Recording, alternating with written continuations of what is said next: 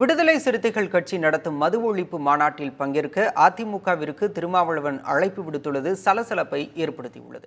இந்த அழைப்பு தொடர்பாகவும் மாநாடு தொடர்பாகவும் அமைச்சர்கள் ஆற்றிய எதிர்வினைகளையும் மாநாட்டில் பாமக பங்கேற்குமா என்பது குறித்து அன்புமணி ராமதாஸ் அளித்த பதிலையும் தற்போது காணலாம்.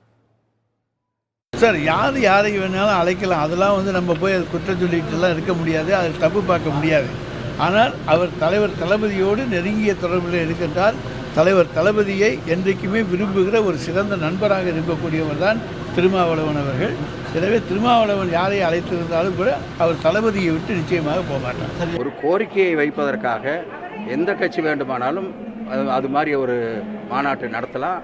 அது திமுகவை எதிர்த்து அல்ல, அவங்களுக்கு இருக்கிற அந்த கோரிக்கையை சொல்ல வேண்டும் என்பதற்காக, அதை வலியுறுத்த வேண்டும் என்பதற்காக நடத்துகிற ஒரு மாநாடு. எனவே அதுக்கும் அரசியலுக்கும் சம்மந்தப்படுத்தி அது உடனே திமுகவை எதுக்குறாங்கன்னு அர்த்தத்தில் கொண்டு போகிறது தப்பு. எந்த காலத்திலிருந்து இருக்குது. அரசு இன்றைக்கி திடீர்னு துவக்கினது அல்ல. நாங்கள் துவக்கி இதுக்கு இப்படி ஒன்று வந்ததுன்னா அது பின்னடைவு. இந்த அரசாங்கம் துவக்கினது அல்ல. திருமாவளவன் அவர்கள் இப்பயாவது கேட்டார், இந்த மதுக்கடைகளை மூடுவது என்ன தயக்கம் இப்பயாவது கேட்டார். 3 ஆண்டு காலம் கூட்டணியில், அதாவது 3 ஆண்டு காலம் இல்லை, கடந்த கிட்டத்தட்ட 10 ஆண்டு காலம் அவர்கள் கூட்டணியில் இருக்கின்றார்கள். திருமாவளவன் அவர்கள் இதை ஏற்றுக்கொண்டு, இந்த கருத்தை ஏற்றுக்கொண்டு இது மிக மோசமான ஒரு பிரச்சனை என்று ஏற்றுக்கொண்டிருக்கின்றார். அது எனக்கு மகிழ்ச்சி.